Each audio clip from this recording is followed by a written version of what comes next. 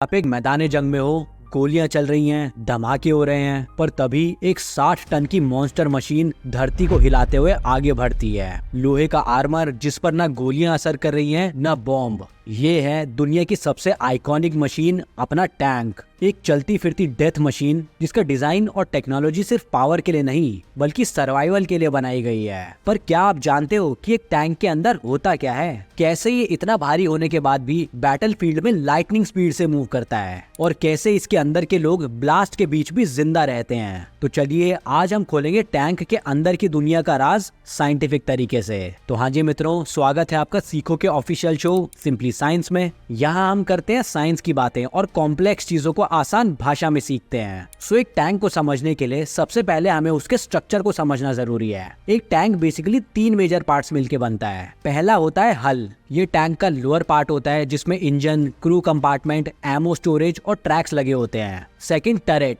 ये ऊपर घूमने वाला पार्ट होता है जहां इसकी बड़ी गन लगी होती है। टैंक का टरेट 360 डिग्री घूम सकता है जिससे टैंक किसी भी डायरेक्शन में फायर करने के काबिल होता है। और लास्ट गन, ये यूजुअली 105 mm या 120 mm कैलिबर की गन होती है जो स्टील के बंकर्स तक को फाड़ सकती है। टैंक की बॉडी बनी होती है high strength steel, composite armour या रिएक्टिव आर्मर से। कंपोजिट आर्मर का मतलब है कि इसमें अलग अलग मटेरियल्स के कई लेयर्स होते हैं, जैसे एक सेरेमिक लेयर, फिर प्लास्टिक और स्टील। ये सब मिलके एक हाई स्ट्रेंथ आर्मर बनता है जो गोलियों तक को डिफ्लेक्ट कर देता है। लेकिन कुछ मॉडर्न टैंक्स जैसे M1 एब्राम्स या T14 अरमाता ये यूज करते हैं एक्सप्लोसिव रिएक्टिव आर्मर, जिसका मतलब अगर मिसाइल या रॉकेट टैंक से टकराता है तो टैंक खुद छोटा सा एक्सप्लोजन क्रिएट करता है ताकि इनकमिंग मिसाइल को हवा में ही डिस्ट्रॉय कर दे। पर अब टैंक को आगे बढ़ाना है तो आइए देखते हैं ये मुश्किल कंडीशन में चलता कैसे है। दोस्तों, टैंक के नीचे पहिए नहीं होते, इसमें होते हैं ट्रैक्स, यानी एक कंटिन्यूअस चेन जिसे कैटरपिलर ट्रैक्स कहते हैं। इनका एडवांटेज ये है कि ये ज्यादा सरफेस एरिया कवर करते हैं, इसीलिए टैंक सॉफ्ट ग्राउंड, मड